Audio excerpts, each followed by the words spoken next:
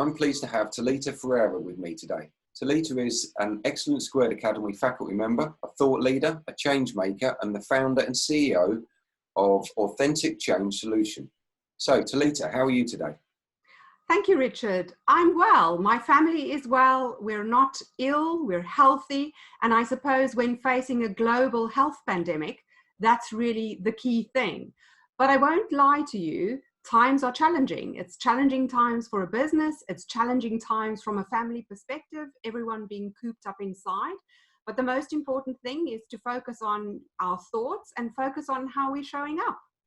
So you're well known at ex2 Academy for your sessions on leading in turbulent times. However, I've noticed you've updated that recently to leading in a crisis, which now includes 2 new modules: how to lead and motivate your team virtually, and how to keep your focus in a crisis.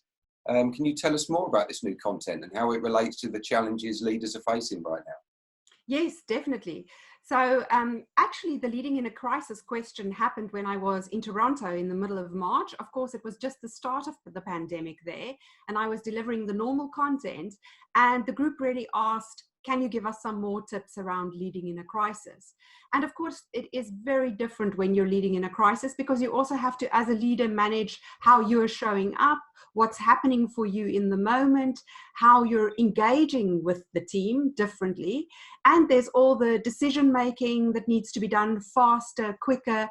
There's managing the whole life cycle of the pandemic. And I think the important things are really to lead more with empathy, vulnerability, understanding of where people are in their situations and what's going on. I suppose the challenging thing with this crisis is it's so drawn out, and there's a lot of uncertainty. Sometimes with organizational normal crises, it would have been a lot shorter. So there's also the resilience element for a leader and keeping that resilience level high. I also think it's really, really important to think about how you lead and not just manage. For some of us, our comfort zone might be doing, getting things done, sorting things out, making decisions. And it would be very easy in this crisis to focus on those things. But it's also about focusing very much on the team dynamic, understanding where the team is, and understanding how to inspire that team in this virtual situation, which brings me more to the virtual leading. Managing output in a different way, managing the communication with the team in a different way, unlocking the creativity of the team, that collective creativity, and making sure that we're resilient as a team and as individuals and as a leader, staying high with motivation. So there's a lot in there, a very hot melting pot, if I could call it that, but I think very necessary in this time, because it will be what leaders are faced with daily and the challenges they are faced with daily. Okay. So on a personal level, how are you adapting your everyday practice to what's going on? And what are you finding are the pros to this situation where we're quite isolated and remote? And what are the cons to those? So I was already, let's say, about 2 to 3 days a week, running my business from home. So that was not new for me. But the new part that's really distracting is having the family around 24/7. And so I think my rituals have changed a bit around that. I always start my mornings with a bit of meditation, but I used to do it when the house was really quiet, or my family would go to school. My husband would take my daughter to school, and I would use that time when the house was empty. I don't have that now. So it's thinking a little bit around still doing it while they're asleep, but I also find I need a bit more sleep now. And I don't know if that's from being just not moving as much. So I've had to factor into my ritual how to do a bit more exercise on the treadmill. And I think the most important thing for me and the family in this time is to think about our thoughts and where our thoughts are going, especially around the crisis. So we are trying to be quite positive, realistic though, that the lockdown might go on for quite a long time, but then trying to update our rituals and habits around that. So we're integrating the family life more into working. So creating lunches where we maybe play a game, because it's also the holiday season. So my daughter's on vacation at the moment, and it's integrating that into our life. The con is, of course, that the focus on the business seems a little bit let's say, delayed or a little bit not at the pace that it used to be. Yeah. But I think it's a unique time for the family and the family bonding, and we just have to go with it. I struggled with it in the first week when we also had to do the homeschooling, and I got quite a bit frustrated because my daughter was interrupting me every few minutes to ask questions.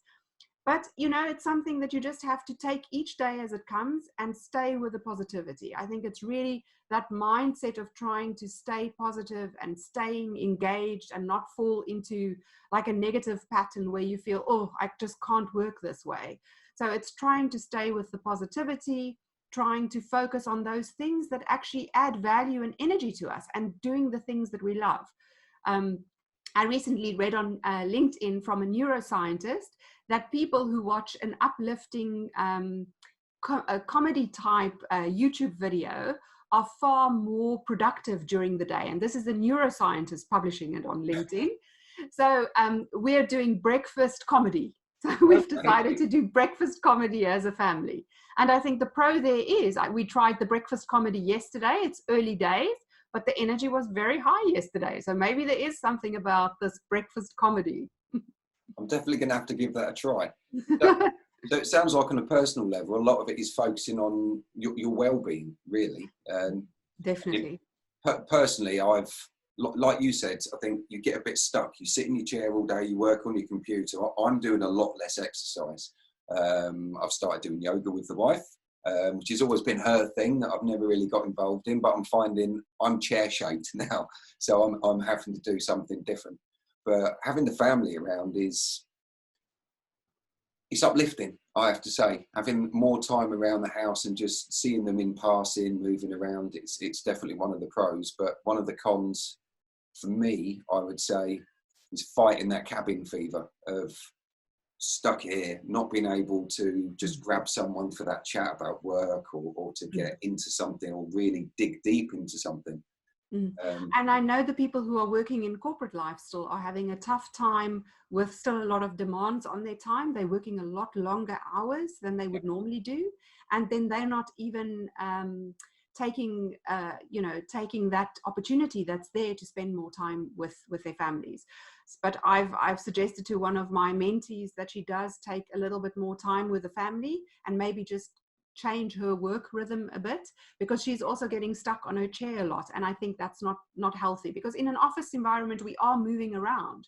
We are walking from one meeting to the next or connecting with people, and we don't have that 8 hours sitting in a chair. I think that's very bad. We have to keep moving. So in terms of that, ex2 Academy are big proponents of the workplace of the future. Thinking about what we're doing now, how do you think the landscape is going to change following this situation? I mean, will there be more remote workers? Will businesses see benefits in the fact that, you know, they don't have to have everyone in an office every single day at a desk? Or do you think that it's going to highlight, like you've just said there, we haven't got that connection, we haven't got the ability to go to meetings ad hoc, how do you think it's going to affect things? I think there's three things really. I think that business costs, if everyone is working operationally in an office, are very high. I've helped a few clients migrate culturally from having this presence, we have to all be there, to more an output managed environment where people can work more flexibly. And for all of those, it was done very successfully, and the cultural change is really embraced by individuals who have flexibility. Yeah. I think it cannot be a one size fits all. I think it has to fit the business, it has to fit the people who work there. And so I think a lot of people who've seen it work effectively now will want to have that again. They'll want to not commute as many days. Yeah. I don't think it'll become like 100% lockdown like it is now, where people just 100% want to work away, because lots of people also want to still interact with other people and have that connection with people. So I think that's something that still will be there.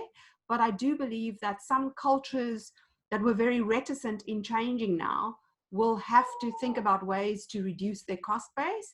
And hopefully this is one of the good things that comes out of it, which makes it more flexible for people, but also embraces it culturally, that it's about the, you know, what works best how you work best as an individual. You know, I don't think any decree from an organization is ever good, because it has to be, how do you work at your best? And if I work at my best, being there 3 to 4 days and my output is there, or 3 to 4 days at home, you know, I think the technology must support both. Yeah. The one thing that I do find might be a little bit different is we saw the emergence very much of the gig economy, with lots of people wanting to work for themselves. The reality is, in the UK, a lot of people who have their own companies, right at the beginning of the government support, wasn't supporting how they work. So they would feel a lot of uncertainty now financially, and depending on their family situations, if both are working like that or just one, I think some people might want to, after this, have a bit more stability for income, you know, and have less of this, you know, I'm running my own business, I'm working for myself, and that's a huge risk in the case where there is a pandemic. But I would say that probably only the larger corporations are the ones where there's been no change to salaries and what people are earning. And I think many organizations have been affected. It's just one question in my mind, if a lot of people would want to take that risk now, or whether they'd say, I'd want a little bit more safety. So maybe people will go to, you know, having something that's more like a base level that they earn, where they could work a couple of hours a week or days a week for a fixed income, and then the rest of the time work more flexibly in the gig economy. So I think that might be a shift that we see from people who lost quite a lot now during the crisis in business and in income, to want a bit more safety. I think it's definitely going to shake things up. Well, I think that's a definite, and I'm hoping it's for the good. Of course. Well, moving away from the coronavirus situation, for those who don't know, you're also the author of The Authenticity Dilemma Resolved. Can you tell us a bit more about that? Yes, so the book was really born out of wanting organizational cultures to be more pro to employees, and in a way where employees could more thrive in those cultures. So I mainly worked in very large corporate organizations where I saw a lot of people wear what I call a work mask most of the time, and wanted to keep their private and their work lives very separately. I wonder how that's working out for them now with this, this crisis. But I believe that people could be more themselves at work, and that would solve a lot of the issues that we have. Issues around more diversity, issues around health and well-being, and also issues around less, having this less stark contrast between who I am at work and who I am at home. And in the long term, I think that is also a well-being issue. So I started to think about what could that look like. And I thought it's more about being more of who you really are most of the time, and only having small adaptations where you're in the office environment. So I wanted to call it, living and leading your passions, and doing it more authentically by being who you are.